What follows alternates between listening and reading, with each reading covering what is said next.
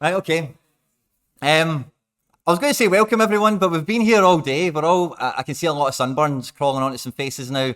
And, we've had a great day here at Sorare Sevens, hosted at Iklestone Town FC. Hope it's not AFC. With some lovely facilities here. And we've had Sorare scouts and managers and heroes from all over the UK and a little bit of the world come up here today. And we've had 7-a-side tournaments, we've had crossbar challenges, and we've had, a whole host of giveaway stuff thanks to Sorare. And, this is us towards the kind of end of the day. We've got a little podcast kind of thing to get on. And I don't know about you guys, but when I came to the venue today, I was really worried, number one, about, because I know I'm not going to be running a team with how good I am at the moment in terms of fitness and ability. It's like, I hope I'm not the best player in my team. That's the main thing I was thinking about when I was coming here today, and I don't know how you guys felt. Some of you seem to know each other already, and some of the guys that were in my team had kind of played together or whatever, which was lovely. But throughout, it doesn't really feel like, I know a lot of people here probably did come individually. There seems to be obviously some groups. I know some guys jumped in a bus from Bristol and stuff like that. But there was no, and I've done a few of these things in terms of meeting Sorare managers, but it's one of these very few instances where you do meet strangers and they don't really feel like strangers at all, I obviously feel that way because you guys, for the most part, probably look at me and you kind of like, oh, there's Quinny kind of thing. But even between you guys, whenever I'm just hanging about in conversations, there's no, like, it's a great community that Sorare's got on the go now, and I feel like today was a great event, and I was really pleased to be invited and really pleased to be a part of it. I think the organisers today have done a great job of everything as well, and I say it's been fun. It's been had by all. I think there was a lot of high expectations from some teams, but that showed up here today, and they were kind of coming up on the bus together, or the few guys that did play together that were going to have some sort of a game plan. But I remember, I think it was like the second game. I can't remember who it was, but we've seen Haber, who's not here anymore, but we've seen him getting nutmegged. There's a few. the man from Holland comes in, gives us the Xavi Simons, pegs Haber, and he was destroyed after that, wasn't he? I found him in here slugging pints. He's a shame he's not here to defend himself, but I found him in here at half-time absolutely blown away by it. And there was somebody else in that team as well, so I know you guys ended up winning and doing pretty well, but there was two people in that team get pegged in the same match, and I thought that was pretty good. There was a lot of good showboating and stuff like that as well. Like, because I did coaching and stuff like that, like whenever I'm on the pitch, like, I'm quite happy to shout and talk or whatever. But one of the things I loved about like this experience today is a lot of the shouts from all of you guys and from everything. It was little like Sorare chants, if you know what I mean, like effective clearance. I heard people talking about cleanies and goal line clearance, assists and goals and all that kind of stuff. And that's one of the things that I really love about Sorare, as much as like the game and obviously like all the other stuff that goes around it, especially making content and whatever. But it's the proper part of the football part, that it gives you that extra little bite in it. It gives you that extra little bit of insight into, the game and understanding it, or football in general, that kind of thing. So I've had a great time today, I'm pretty sure you guys have as well. And honestly, it was way above my expectations. I was very thankful to find out that I was the worst player on my team, which was great, because then, I wasn't going to be carrying anyone. But we managed to get to a semi-final, which I thought wasn't too shabby either. But ultimately, wasn't good enough in the end. There was a bad, I seen Josh was giving me a bit of a high five there, but Josh absolutely cleaned somebody out earlier on, and I think dislocated herself. Come on. Absolutely cleaned the guy out, was giving it the Razor Ruddocks. They've got the scars to shit. Yeah, totally. There was a popped shoulder or something. That's last man tackle. Pops it back in. It's giving me Kyogo PTSD, But yeah, I've had a fantastic time today. Like I kind of said to all of you guys before I flipped the cameras on and we're going to give this a go. I've never done anything like this in terms of like a live pod or whatever, so I don't really know. Because for any of you guys who watch my content, I'm normally just sitting with this stuff and maybe a few other bits and pieces and talking about cards and building teams and, oh, look at this guy and, oh, what about him? And it's kind of hard, it's a wee bit pointless to maybe do with you guys here now. I think the best, the thing that I'm really excited to do about bringing all this gear with me and trying throwing it up is like, talking with you guys about today, and as much as anything else as well, like the upcoming season. Next weekend we've got Scotland back on. We've had a lot of Challenger Europe kind of up and running already over the last, I know it was on this weekend quite thoroughly, but the last week or two there's been little dribs and drabs. Russia's back, Denmark's back, Austria, and it's like some of you guys have maybe been playing Sorare for a little while, some of you've been maybe playing it for a long time, but this kind of little like steady climb towards the season where there's another league get games, and because this is the first season Like, I've been playing Sorare for 3 years, and a big part of the strategy for me personally over that 3 years is get myself everything I possibly can that there is no chance in a month of Sundays I will be able to get if and when this thing becomes what I think it could become, if that makes sense. And we're kind of now at that, and so through that journey, like, again, for any of you that have maybe been around that long or seen the stuff, it's on the channel, it's that old, but there was only like a bucket full of teams, you know, Atletico Madrid, Leverkusen, Marseille, and you always had to kind of, you know, so a big part of Sorare for the last kind of 2.5, 3 years is making do with what's available, making do with the utility you can get, you know, so there's no Premier League, and the MLS cards have only got a head, and we've got 4 teams in Brazil, and there's only this and there's only that. But slowly, as the kind of years have went by, there's more and more, obviously, licenses on, there's more cards, there's more options, there's more variety. So you don't really need to make do with, oh, if I really wanted to get a team in, like Germany, it's only in Leverkusen or nothing. You know, you can actually go and get the actual players that you want.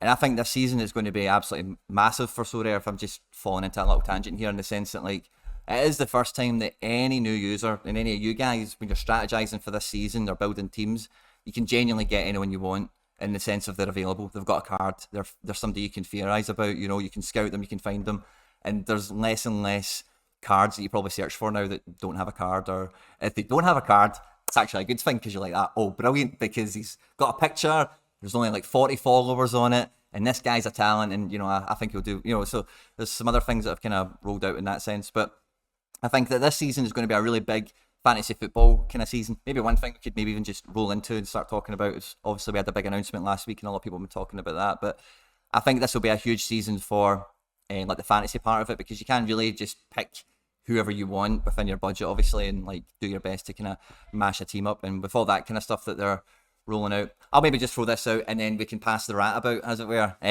I'll give this to you guys. I'll throw something out, and if there's anyone who wants to pick up on it, just like the live chat would be if I was in the studio and you were sitting on your phone or on your tablets, whatever, just pick that up and throw something back at me, and we'll kind of go from there. Does that sound good to you? Yeah, right, awesome, right. So the fitness bonus, I've seen this to somebody earlier on, is it's got, a lot of people think it's going to have this really big impact in terms of like the 10% part of it. But obviously we don't know anything about how it declines and all that stuff, and I think that's probably the biggest part of them, you know, everything that we need. But in terms of the actual difference in the 10% that it's going to make, what is probably underestimated in the kind of scaling, the balancing of the scales and all this, is that they've because of the rules have changed for season XP. So once we get all these new seasons locked on, there is no more cheat code 5% guys hanging about anymore. There isn't any, like, you know, you're waiting for your guy to get the card. So maybe because the card doesn't come out to October, you've had this guy, just because of, you know, whatever reason, carry that 5% a bit longer. Because it's on the date the new season starts for that guy, as soon as he's tracked as having an SO5 score in the new season, bang, it's gone.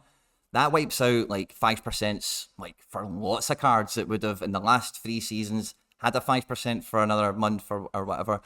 And I also think another part of it that isn't really kind of, in terms of the impact of the 10% and how much different it's going to make to the scores, because when you take that away for everything and the only season bonuses are on what they sell, you know, the new stuff, like, and any of you guys will know, especially if you're going after collection bonuses and stuff like this as well, is they don't, and again, sometimes the auction volume does kind of pour out, but generally, like, when new season goes on, it does take a while to break serial number 10, you know, because it is like kind of one a week and that kind of stuff, so it can be quite slow moving and quite difficult in that sense. So I don't think the new season, because it's really when you get that new season 5% with the fitness 5% is when I think you've got a real difference and a real advantage on the leaderboard, because no one else will have the 5%, whereas I think fitness is probably just going to be one of these things that just blends into the background of everything else. So yeah, there's a wee spiel from me. If anyone wants to throw something back, feel free. If not, I'll maybe just keep talking. Go for it. Can be unrelated as well, by the way. Just thought I would do that as a shot. Big side. Do you think with XP and bonuses and coming into capped, since I started playing capped, that's the first time I started hitting card rewards in rare. Do you think it's now going to show that the people who have held cards longer, focus on it, are going to actually stop losing, are going to have less of a chance on earning card rewards in cap mode rather than having that chance? Because it's a level playing field before. No one, if you held someone for 2 years, you got your 10% training bonus. Now you can't just go out and buy someone for the week because you're not going to have that XP. You need to be a little bit more strategic with it. Yeah. That's probably a really good point. Actually, I never thought about the card winning potential change out of 240 because it will be a bloodbath for cards up in that division now because it is fitting under the 240. But if you've got some guys that are jacked, that do have the 10, the XP bonus, they're on a collection, and then the fitness thing comes into it, and a captain, then yeah, cards actually might be really, really hard. My kind of idea with a lot of the developments on the cap modes, particularly 240, because I was really surprised at how big they made the super rare threshold and the unique one ultimately where it's at now. And there's some people still saying that there's room to make it bigger, which is brilliant. I love hearing that. But I was quite surprised at kind of, in some ways, how generous they've been with some of that stuff, like throwing money on leaderboards, top 100, top 300, that kind of thing. There's definitely room for more, I think. Don't get me wrong on that front. But I think they do try their best to look after the players that are really connected and the players that are really going to like kick in. Because that's the way I felt with some of the cap mode stuff. I never really thought about the card parts. That is really good. One thing I would say to that, but in terms of card rewards, is I think because All Star is getting so heavily doubled down on with the monthly thing now, and it's got the money on the primary leaderboard, for 100 spots and whatever. And it's got no holds barred. Don't even need to worry about cap 240. Throw on your guys. They can be L15, 1,000. It doesn't matter. I think, and again, Sorare teased that there's going to be a challenge, not a challenger, I beg your pardon, a regional kind of update. They're going to revamp the regions to make them somewhat appealing again. But I don't think that's going to be that significant in comparison to what is available at All-Star. So I think there will be a big rush of a lot of attention and a lot of focus for big card wins and those kind of players into All-Star primarily. And I think regions is going to get some love that will take some cards into that as well. So it might actually leave cap maybe not really that different. It really needs, that's something I've not thought about. But I think we need to see what the regional kind of revamp looks like. That's a great one. I don't know. Is the answer. Kind of thing. But I think cap modes is like, I did a video on it last week, but I think it's the main way to like kind of get in and build a squad now, if you know what I mean. Because like playing one division, especially when you've got like, I remember, cause again, sometimes I'll just look at an old video and try and remember like having the account for the first time, only having a couple of cards. And when you've got like 10 cards, doesn't matter what colour they are, 20, 30, you do put a team out everywhere you can. If you've got a goalkeeper, you don't even care if two of them probably won't start or whatever, and you kind of do that. And I don't think that's going to change. I think people will always do that. And because people always have got this OCD part in their head of more lineups, not less, people will always kind of, I think, spread their stuff a bit too thin. And I think cap is going to be can be easily overlooked, I guess, because it is 50 quid is the best thing monetarily, this year, which or $50 kind of thing. But yeah, does anyone else want to show up? I think there's a lot of overreaction from the. Do you want to pass the rat?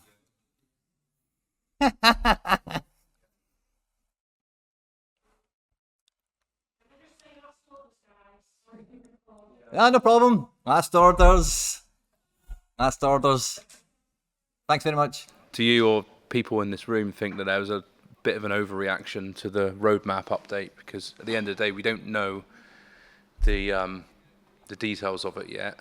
Dan got absolutely hammered on the Sorare Data podcast in the week. It was a bit harsh, I felt. But, I guess people got a lot of cash in the platform when they want to know how it's going to be affected. But I think there was quite a bit of an overreaction, to be honest. I think, I don't know, it's hard to kind of talk on that, but I think, like, listening to Dan on the data show, I did think a lot of those things, I was like, you should know this. Like, I think there was a fitness in commons. There was a few things I'm like, you should know this. Like, this should be a fundamental stuff that could be asked. There was comments, there was quite, so there was a few, but I think they've been I think they're trying to face so many different sides of the community and get feedback and get engagement in that sense that, maybe these things are a wee bit too last minute or a little bit just we'll roll with the punches. Because I know from speaking to them, like, if you ask them to come on, they don't prep you. They don't say, don't ask us this or don't do that, So Dan, I've met Dan a few times. Dan's an absolute legend, and he will just shoot from the hip. See if you ever meet him and you talk to him, he will just kind of tell you some stuff, which is cool sometimes and quite funny, and whatever. But so I think that's kind of their attitude, is they're a bit open, and it's maybe, I think they're maybe a wee bit too open. I never like to think that they're getting too over criticized, because like, really, like, I don't think anyone knows the scope of like how much they've been holding back. I think they've been holding back a bucket ton of like card reward potential, monetary reward potential, as well as a lot of other stuff that we're probably going to see rolled out, hopefully all at once, maybe dribs and drabs throughout the season, if you know what I mean. So, because I think they're always preparing for more. We're going to have more divisions, so we need to give away more cards. So we can't give away too many cards now because we're going to have this more stuff later that we're always going to need to satisfy. And we better not sell all the cards now because we might need to sell more later. There's only 100 a season, 1,000 a season, whatever. So I think they've been very reserved in a lot of ways over the last like 2 years, year and a half. And I think that they've been terrified to run out of star rewards. I think they've been terrified to run out of decent rewards like throughout the calendar. And I think they're terrified of running out of, imagine they ran out of Mbappe's by March on rewards and auctions, kind of thing. I think that kind of thing terrifies them. It's not just Mbappe, but you've got the whole fucking roster to worry about in that sense, and collections now and red X cards and guys that don't even fucking play. Everyone wants a piece of them, if you know what I mean. So I never like to think that they get too heavily criticised because you don't really know all the cards that is in their deck, if you know what I mean. So I'm not good at it because I love them, right? Because they're very good to me, right? Quite clearly. So I love it when people are, and again, like the whole, like Dan on Sorare's in the chat as well. Like, some stuff you should have known the answer to. Don't get me wrong, but I'm not like a critical person in that sense. I'm not always in that sense. So I love hearing other people giving it out, and I always kind of like the fact that even if people do overreact, that they're doing it. If you know what I mean, that's that kind of thing is going to go on as well. So I don't know if it was an overreaction necessarily, but I do think there was a wee bit of amateur hour about some pieces of it, and that's just frustrating considering how much money galleries are worth and cards sell for, Yeah, I'll go. Go for it. On that point, when they announce things in advance, well in advance, people always complain that we're not given enough notice, so they tell us we're going to do this coming up, but they don't give us all the details. They're just letting us know, so giving you advance warning, and then everyone complains that they haven't got the full details now anyway, but it is sort of them giving us the advanced warning as well. And a lot of the times they make these announcements and these huge things, there's a massive reaction to, and people are really angry about it, and a lot of things just fade into the background once they're brought in anyway, and they're not actually that game breaking once they're brought in. And maybe for a lot of casual players, having 7% fitness instead of 10, 2% collection, no season bonus, not a lot of people are aiming for first in a lot of things anyway. So maybe all these bonuses that they're only halfway up on aren't actually going to affect a lot of the casual players massively. And the people that really want to dive into it are going to, be able to work harder at that because that's what they like. And they like putting a lot of hours into Sorare. And they've given us advance warning, which we asked for, but then we're angry because they haven't given us all the details straight away. So maybe, I don't know, what's your view on them not giving us, asking for feedback and sort of saying that they'll blend it in after they've announced it? Yeah. Oh yeah, I think Laird said this on his show on Friday or something like that. But it's just a wee bit of delivery, I suppose, because we always do want the notice, and I think what you want to hear with the notice is this is the earliest opportunity we could tell you, kind of thing. So I think if they made that a bit clearer, then the lack of detail kind of gets a bit better understood, perhaps, I guess. Because we do want to know anything as soon as they can tell us. The minute you know you're going to do this, tell us with as much notice as possible. So yeah, I guess that's a good point as well, mate. Totally. For sure. Pass that to Pavel. Pavel Trader has been ID'd. I wish. I spoke to the guy actually. He is from Poland. So yeah. I asked him if I can borrow some of his cards to play with, but he said no. So, nah. Verified He's Polish. Against it. Yeah. Verified Polish, very selfish guy. No, I was gonna say, like, Sorare has been really, really good to us. Like, we complain about stuff, and we want stuff better, faster, more clear. They've been fucking good to us. Like, you can get money for just holding some pictures, bro. Like, that's pretty good. Yeah. That's pretty fucking good. Well, I'm with you, Yeah. Pavel, and that's kind of like Yeah, that's kind of why I'm yeah. soft I on mean, them. I've never come across a platform like this that you can just have lots of fun. I mean, I've become like obsessed about Korean and Japanese football. Like, what the hell? I cannot sleep because like, I keep watching the scores. I'm a bloody DC United fan. I'm top collector for FC Sochaux Limited. Well, not yet. I'm second place, but like 40 more days I'll be top. 40 more days I'll be top. Because actually there was one guy who had all the shirt numbers, and he sold his gallery to Twisted Fate. Ooh. If you know that guy. And then I bought all the serial numbers of this guy, so I'm gonna be top. So that's pretty cool. It is. Love it. So sure, very good academy. But no, I'm with you, Pavel, and that's kind of why I'm a bit soft on them, because like I'm 35 at the moment, and again, for any of you guys that might, if you're over 30, you know what I'm getting at here. You know, it's just like, what even is it? You know, who cares anymore? But if you're anywhere near that kind of generation, yeah, I've had these moments 1,000 times in my life playing with stickers and cards and Football Manager and FIFAs. It's just like, imagine this was real money, or imagine I could get paid for doing this, or imagine, you know, this and that, and wouldn't that be great, and wouldn't that be a fantasy really, you know, kind of what you're talking about, Pavel, like, and even like, you go back all the way, like, see, even if you had like cards and stuff like that, tops, trumps and stickers, like, it's one of these things where we all know the stuff, so there's no point preaching about it in the sense, if you know what I mean, but that's one of the things where I'm always kind of like, well, they might be messing some stuff up and it could be done a bit better, but like the thing that they've delivered, the actual thing, it's like, again, it's like, for me, it's like the nexus of everything I've ever touched as a football fan, you know, and obviously pulling money and winning stuff is all good, you know. I've obviously got a sponsor on the channel as well that's like gambling, you know, QuinBet, which obviously are great and they support me fantastically, but for a lot of people, gambling is a problem, you know. Not a lot of people can gamble, you know,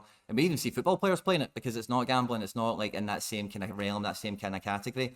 And I do think it's one of these things. I've kind of stumbled into a wee random thing, sorry mate, but I do think it's one of these things that's so rare when it does kind of get that flip moment with, is like that it isn't gambling. I think a lot of people will really kind of click into it, that like you're actually allowed to win money playing a game. It's not the end, you know, it's not a bad thing. It's not like taboo, or doesn't need to be gambling necessarily, because you own the card, you've picked the guy, you've got the jersey number, you've got the bonuses going in your way. It's like, you know, a wee bit of the Ultimate Team stuff, which I know the fitness element, maybe that's a bit shit, but even in like Football Manager and all this other stuff, you know, it does bring everything in that kind of way together, you know. I said this story once before, I'll pass it back to the rap, but like, see, when I was in like primary 6 or 7 or something like that, there was a PlayStation 1 management game called Premier Manager, and then or maybe PlayStation 1, you maybe remember it, right?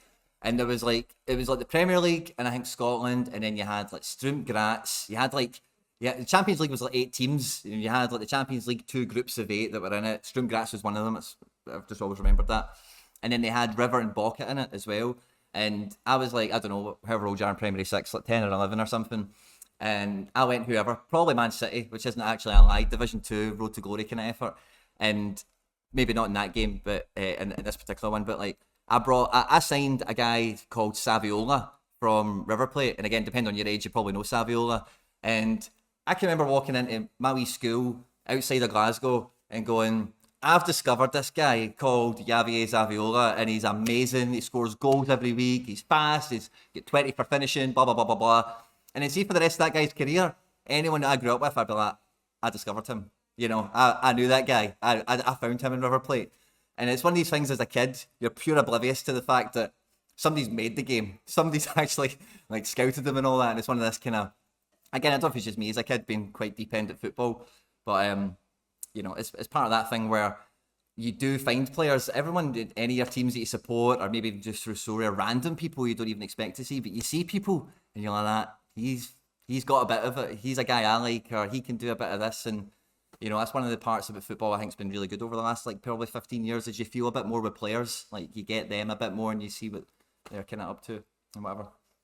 So yeah, there's another random bit of nonsense for me. We're passing the mic.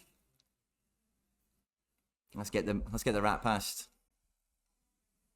Up in the back. Right, I know nothing about the roadmap because I've not read it, so I'm not going to ask you. Have you made any summer sign-ins And is there any that you're really excited about for the upcoming season?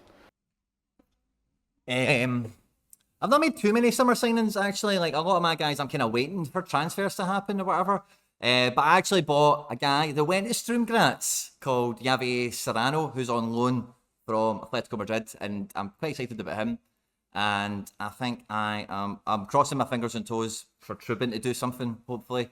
But in terms of any cards I've actually brought in the off season to go after it for next season, I don't think I've done that much proactively, to be honest, mate. But I think at the moment, it was a great transfer I seen the other day. Rada Krunic, if you remember him, he plays for AC Milan. He's a Bosnian international. He's kind of good, but he's not that amazing. But he's just transferred somewhere. I want to say Fenerbahce, or he's about to go to Fenerbahce or something like that. And he's one of those guys that going to Turkey is like, it's probably the level he should be at. And being in that kind of environment in Serie A for the last 6 years where he's playing above himself, he's really stretching. You find a lot of those guys when they migrate across can do really well. So I don't think that's a full transfer, but that's one of the things that comes to mind when you ask me that. So yeah, Rada Krunic at AC Milan to that Feyenoord is one I'd be excited about because there's a lot of people buying into Turkey there now. Well, I don't know if it's done yet, but he's good, man. He's good. Can play everywhere in midfield, scores a goal, likes an assist. I like him. He's all right. Not good enough for AC Milan. Would never buy, one of those ones. I'll jump back in. Let's go for it. I imagine you're a Jota holder. Yes. What's your opinions on the Saudi situation? As in, I know they've said they're not going to do it this season. They've said that in stone pretty much. Do you think it'd benefit having them, or do you actually think it'd make it worse? I think the way they're going about it, it will just become another challenger division probably. But it'll probably be like, in terms of the quality, because they're buying like hundreds of players at this point. There's all sorts of people you've probably not even noticed that have made transfers across. Like I even seen Jason Denier, who was in Dubai, is now moved to Saudi. If you know what I mean. So there's like, I think they're building. I think they're buying a league. See when they say they're spending 2.5 billion, they're probably going to get 400 nondescript players from Europe and a lot of the guys they're picking up there now are the misfits in the squad. The guy with too big a wage packet, the guy that's just a wee bit too old that nobody really seriously is interested in, or whatever. So I think I think if it got scored, you would probably have. I think the main risk with it is you've got too many Cecinias, but there is Cecinias in the game anyway. There is Messi's. Like I made the joke before he went there, but wait till Messi shows up against Brad Guzan. Any shot on target is going to be a goal. You know what I mean? And that's kind of the way it's going to go for Messi in MLS. It's not going to slow down. People were saying to me earlier about Oscar in China. Like, there is cheat codes in the game, that'll happen. But I think the main concern is that Saudi's got like 12 of them. And 4 of them playing one team, 4 of them playing another team, and 4 of them playing another team. And they all go together. And then people get season bonus and get collection bonus and get fitness with them. And then off you trot onto the podium, depending on who did you captain or not, kind of thing. So I think we'll need to really, and I think they'll need to, and I think they're very smart to wait and see what would the scores drip out as.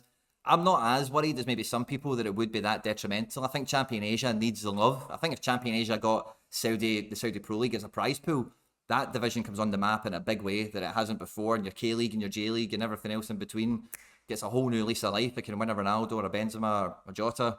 And some of these guys, maybe not Benzema's in that, but Jota's and maybe 1 or 2 others, will go back at some point. How good will they be? What level will they be? Maybe they'll go to bloody China or something. You find some guys do that.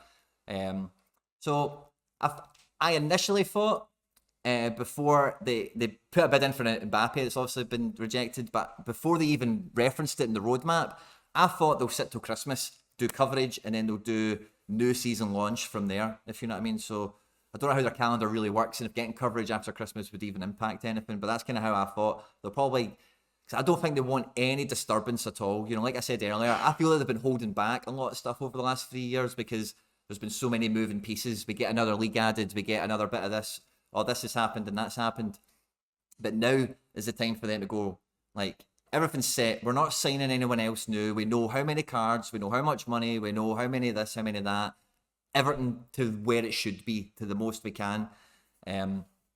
So I'm just trying to remember what the actual, Saudi. So I think, it just really, the main risk is that it's just absolutely OP. And I think that they're smart to give it the time and distance.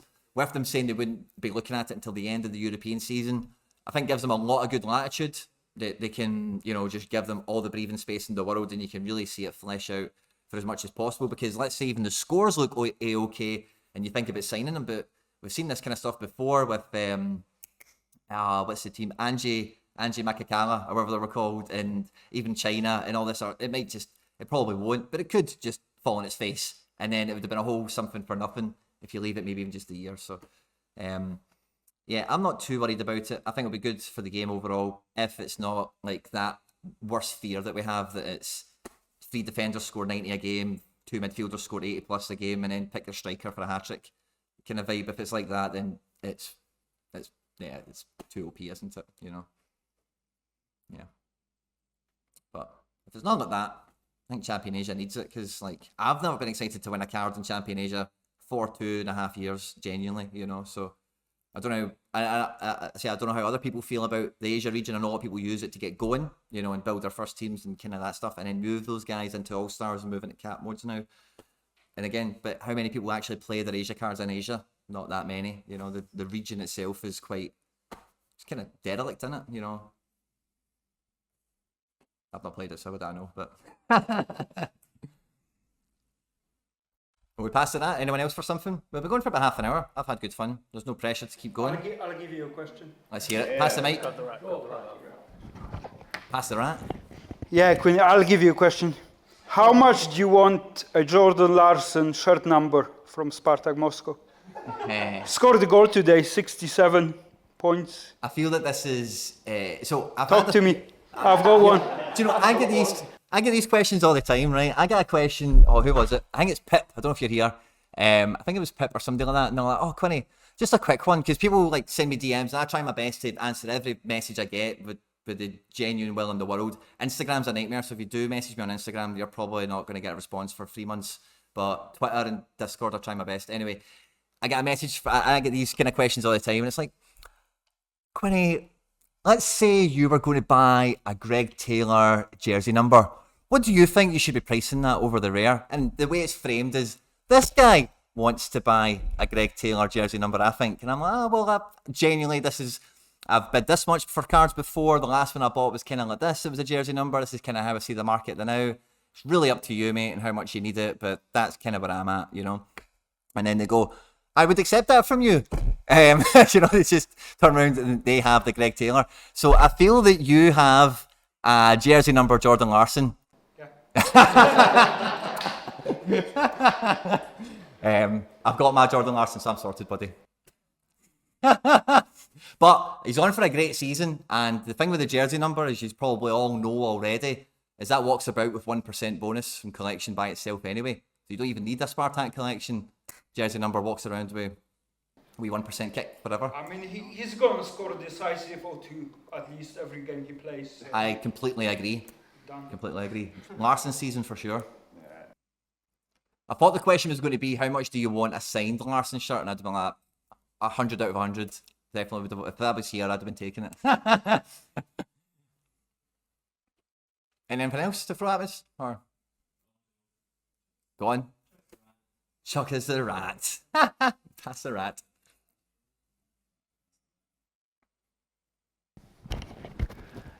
Euros next June. It's going to be here before we know it. Yes. Have you thought about it? No. Are you're not prepped at all? Any ideas, and when will you start prepping for it? Knowing we had the World Cup come up in winter, and there's probably a lot to get ready for, because probably another chance for the platform to boom. I think the way international utility is, when as soon as it's mentioned, people start thinking about it, which is why my face is in my hands now, because I've been trying to move away from telling myself that I need international goalkeepers. So now I'm like, no, I don't need it. Try and win one. Don't need it. Try and win one. And when you say that to me, I'm just like, oh, I've been wasting this time. I could have maybe got one. I think the Euros will be really good. I think the thing with the Global Cup, the World Cup that was really good, obviously, is it's a bit more like far-reaching in that sense. And the World Cup is the biggest tournament, right? But when it comes to like international football, the Euros is probably the one with the best standard of football, quite clearly, you know, like in terms of the quality in the groups, the quality in the quarters, etc., etc. So I think for cards, if they do a fantasy draft kind of style thing, as well as holders, I think it will be like, I think it'll be a really good tournament. They did the Euro, they did it before, didn't they? And I'm sure they covered it before. I don't think they really rolled the red carpet out for it, but I think they did give it coverage at least anyway.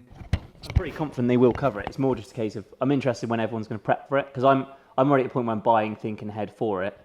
But yeah, I'm interested to know. I see it as a gap maybe where people, especially smaller galleries, can make money as well. So, or move up in trades, because if they can get on these cards early, when the demand comes in, typically that's when you can move out and play what you want to play. The first place I'm going to be looking, I'm telling all you this, no problem at all, because this will be out for about a week later. The first place I'll be looking at is top ranked teams, and then I'm looking for guys that have got huge cap counts that are probably close or have retired, because those will be a lot of the ones that will be completely underlooked. Because you'll look at the Bosnia team, the Portugal team, the Latvia team, the fucking whatever, and you'll see, oh, this guy played centre-back the whole World Cup tournament. But so many people, as you know, international football, after tournaments go away, and the World Cup's a big one, So I would be more looking at, like, who's the guy with 5 caps at right back that plays for Besiktas or fucking whatever, And they're the ones I would be kind of going for. That's just the first thing that comes into my mind. In terms of the wider community, I think the market will probably move towards it as soon as the winter break is on the horizon. I think as soon as people are looking at the lineup builder and you see the winter break coming on the lineup builder, it's maybe about a month away, 6 weeks away. I think that's when people will then, right, okay, I'm winter break sorted, what's next? And then you land at the Euros probably quite quickly from there, I'd imagine. So market, yeah, let's say November to January is probably where you'll see some movement. And then, yeah, as you know, from the World Cup and all that, like, you've been around, you've seen it. Once it's like, you see the quality, the groups are finished, and you see like, oh wow, can't believe Serbia qualified ahead of whoever. Then once people start getting locked in and qualified, that's when prices pop, like generally for like the stud goalkeeper or the pen taker. Did you like the custom series stuff they did for the World Cup, and like the World Cup tournaments they put on, like the amateur style leagues and drafting teams, and would you like them to do it for the Euros as well? Yeah, overall I did. I think the Global Cup was quite obviously, and they did it with we were joking about it earlier, like the price of hats and all that now, and the signed shirts and whatever. But a lot of the times when they do these things for the first time, it's a pure test. Like, does the stuff work? Does the machine work, kind of thing? So I think the Global Cup also precursored all the draft mode stuff we've got there now. And I think, again, everything they did in that... sorry, I've totally ran away here a second. What was the... Sorry, mate. What did you throw at me precisely? Because I'm running away into nothing. Yeah, like global... Oh, did I like... Oh, and custom series cards. Custom series, Global Cup stuff, those competitions and the token giveaway cards and stuff. Yeah. Would you like them to do that similar stuff for the Euros or something different? Yeah, sorry. So I think that because I think the World Cup precursor to the Euros, I think they'll be able to ham in harder to France, Belgium, Holland, UK, like when the tournament's going with that free-to-play mode thing. So I think they'll definitely do it. I would like to see it come back. I was really gutted. After the first game week, I think you knew if you were dead in the water or not, because you didn't pick Messi and Mbappe or whatever. But I really wanted to win it. And I said to you guys here, I didn't buy any raffle tickets. I don't want to win anything here, but I would have won that. No problem. They went for that all the way.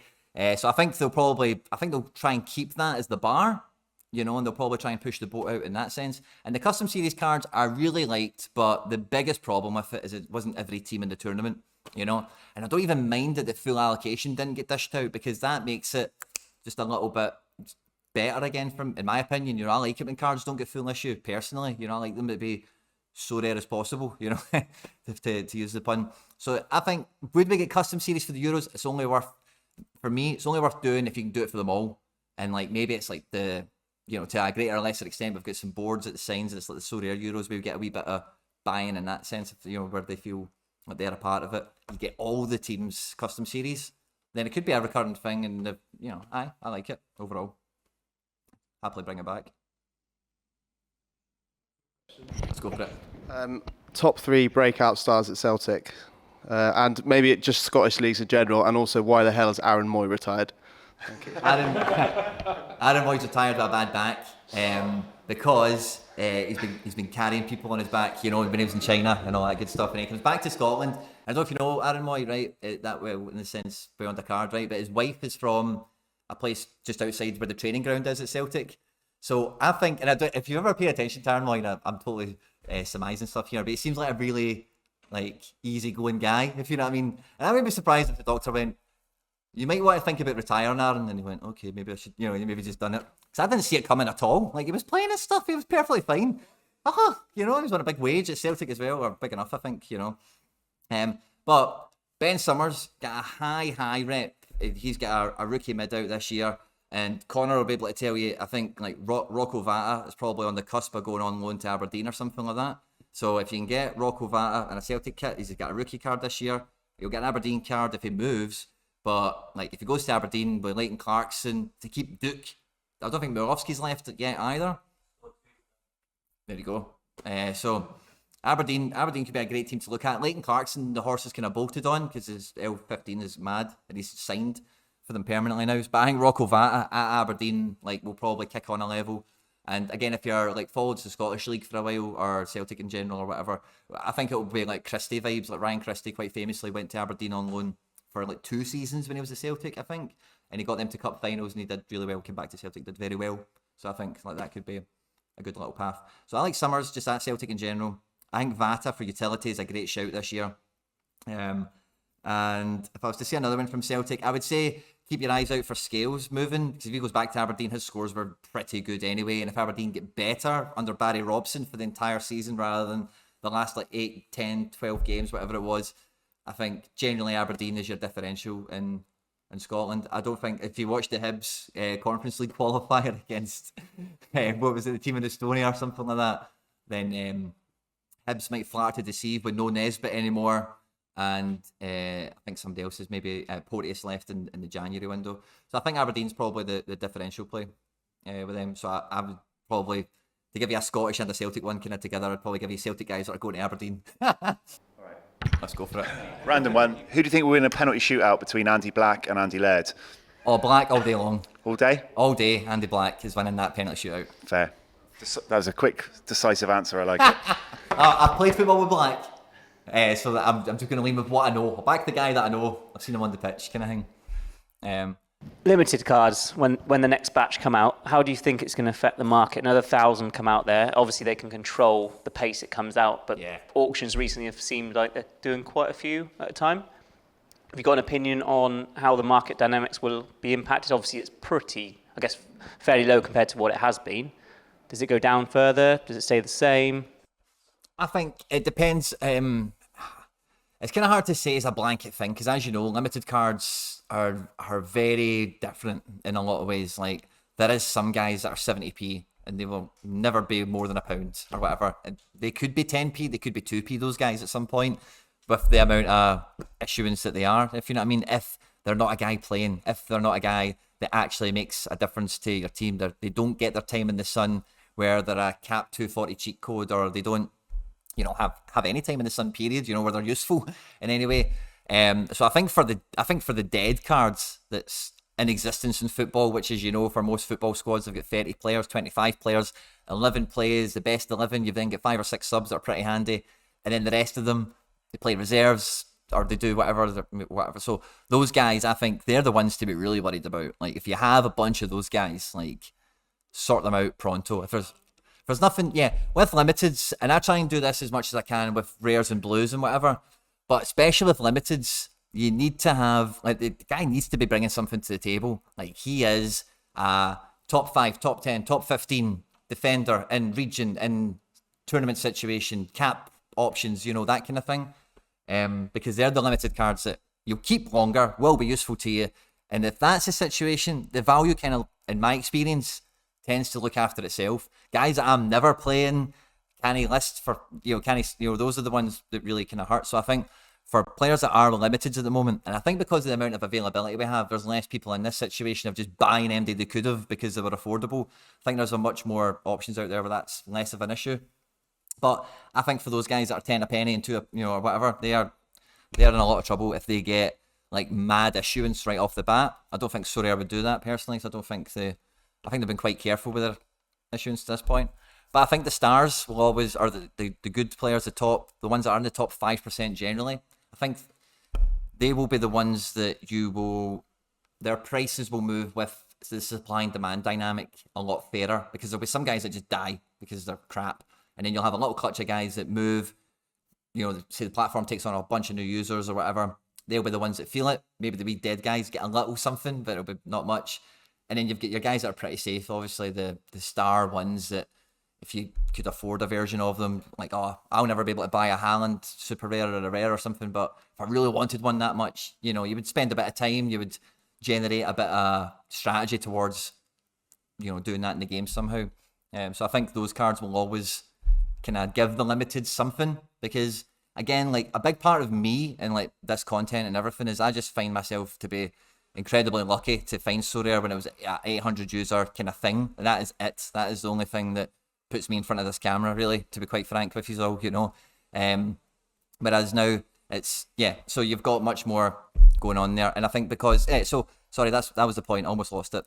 But if I joined the game today, like, I would have no aspiration, I would have no belief that I could build super rares and get a unique and do that kind of stuff. But I would, within my means of having jobs I've had in the past and whatever, limiteds, I'd have so much fun buying them and building my fantasy team and getting Hakimi, Goretzka, you know, and all these guys that I've messed about with for ages and whatever anyway, because they're all available and they're all kind of halfway going. And rares is something that I would have aspired, you know, like in terms of the budget I kind of had walking into the game, if you like, for where it is today. So I think limiteds, you've got to remember that is so many people's, this is probably all I'm going to do with this game, you know, and this Mbappe is actually my, you know, unicorn or my top of the mountain, and this Haaland is my top of the mountain, because maybe rare isn't for everyone and whatever. So I think limited has that, and that's maybe overlooked. It's a very hard thing to quantify though, if you get me. Yeah. I see some people yawning. Another one? We done? We're up for it? Well, let me do one more. Pavel, let's get a joke. Let's get a joke from Pavel. Pass the that. No, I just want to get something in, because I don't think anyone said it today. Like, I've had a really, really class day, like really fun. And I've not spoken to all of you, but I'm pretty sure like every one of you is like top guy. So that's fantastic. Like, I'm gonna go home with the Sorare hat with the signed Nottingham Forest t-shirt, like signed by all the players. That's mad, man. That's crazy for me. And I said it to someone, I'd do it all again tomorrow. Yeah. I would do it all again tomorrow. Like, any place, any time, I'm there. Not sure my legs will. Yeah, and another thing, you said for Sorare to back us to do this again, we need some engagement, we need some clicks, we need some likes, we need some comments. So like, anyone listening to this, like, comment, just smash all the buttons. Smash all the buttons. Love it. Excellent. I want to just say, I want to add on to Pavel and add for the record, I've had a fantastic time today, like from start to finish, and again, I can see it all in everyone's faces, clearly, everyone's went for it. We've got another pass. Just a little more thing. Like, the part of the reason that I was here today is that I maybe want to organize something similar in the Netherlands later this year. So I'm wondering, like you said, anywhere, any day when it's going to be organized, are you there? So I'm wondering, like any of the guys who are here, if we are organizing something similar in the Netherlands later this year or maybe next year, depending on what's possible. Like, would you guys come over to the Netherlands? That would be fun as well. The only problem I've got with that is I probably need to bring, like, my wife. So there's no way she's going to let me go to Holland by myself to hang about with a bunch of, in her mind, football nutters. Like, maybe we should hire an hotel for all the ladies where they can. But no, I'd be right up for it. Be right up for it, man. Totally. And thanks a lot again for Peg and Haber. That was good crack. And But no, like I said, guys, I've had a great time. I'm sure all you guys have as well. And kind of what Pavel's saying as well, you know, like Sorare love obviously engagement with all of this stuff with the community part of things.